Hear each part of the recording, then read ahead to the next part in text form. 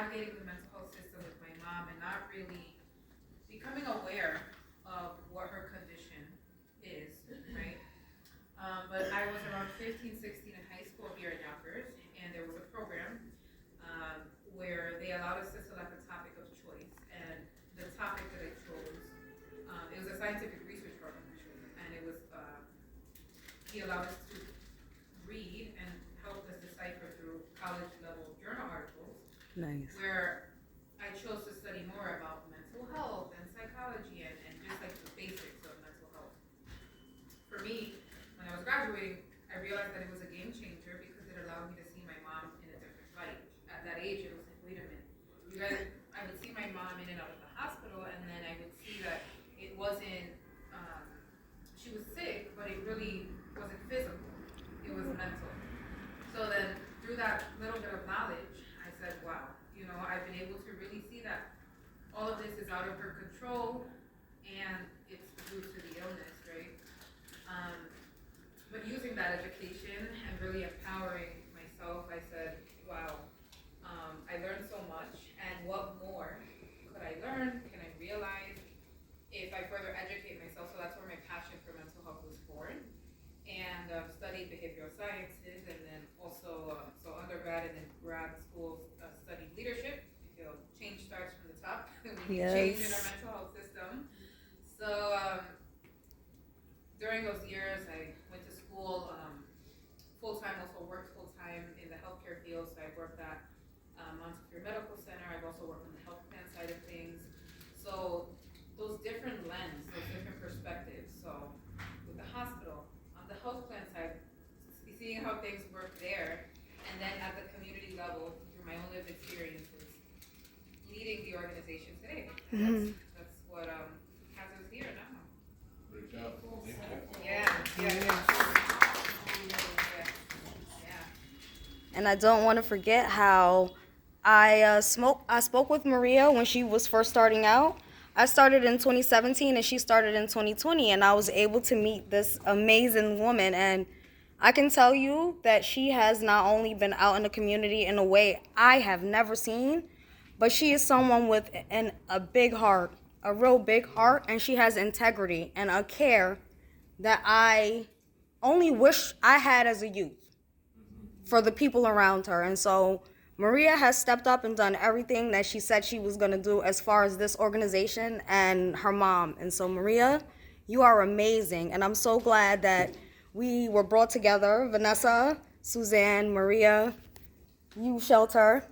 I am so excited for us. I'm excited for you, Maria, and our community, especially what we are all doing for the community. Vanessa,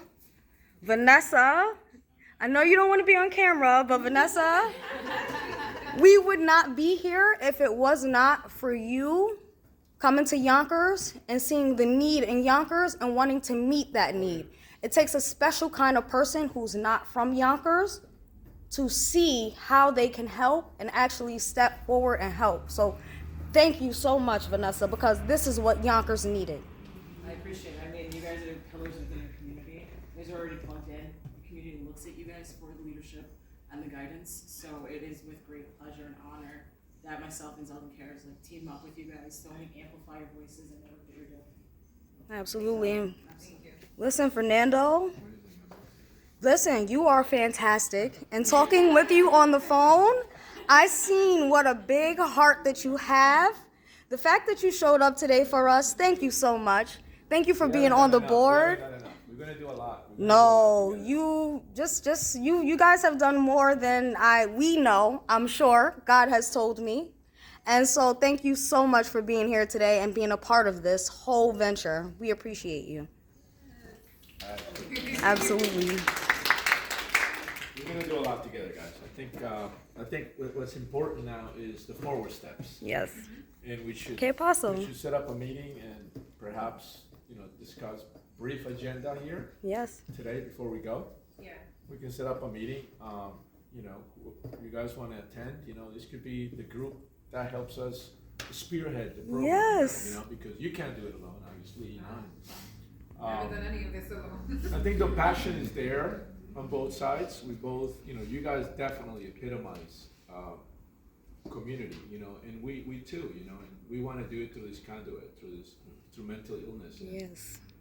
helping with that, and getting the message correctly out there. I think you pinpointed again to the stigma in the Latino community, people not wanting to seek mental illness. So we're gonna create campaigns to actually educate them. Yes. You know, so that's one of the items for the agenda. Hey, listen, I market, so The other thing is, you know, how we can work together to expand the program.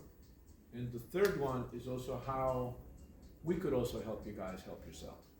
You know, you can count on my support and my own reach. Definitely, this is the kind of organizations, yours and hers, that really need to be supported. And with this doctor, this amazing woman here, yes, Vanessa, yes, incredible. So I think it's also bringing back to how we help you guys as well. So yes. so count on our support. You know.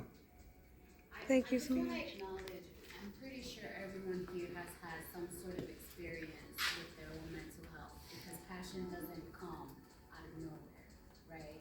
For us to put our whole spirit into this, to Yes. a point where we selflessly go out there and share that vulnerability and break down those barriers that Yes. mental health has created, the Yes. fear that it has created for people. So I think for each and every one of us here in this room, willing to speak out on that and to do something about that is empowering within itself. Yes. And I think that the people that are going to be drawn into this program, they're also going to feel that. So Yeah. I think it has a great foundation as is. Yes, and we are so glad to have you. Yes. No, you will not only be able to be a voice for the people, but you know what they need to know. So we need you. This is God here today. So, yes. Yes. Yeah, we also have to think. You know, this. You know, like I like to think at problem solving, like with the problem being solved. Yes. So 5 years out or 10 years backwards, you know, we could think, we can see where we could be 10 years from here. And I think with the passion that you guys have, and we have, I think mixing those two could accomplish, you know, a great impact, could have a great impact. Right. Because mental illness and issues are not going away. You know, we live in a society where, you know, we want to take doctors want to take shortcuts and overprescribe people, regardless of how dangerous these drugs are. This is the kind of organization that tries to imagine if we start now in a decade from now, how many people have we had educated? So many. And treated So many. successfully. So it's in those terms that we have to look at leaps in change. You know. Yes. Not just the moment, but like we're thinking 10 years out.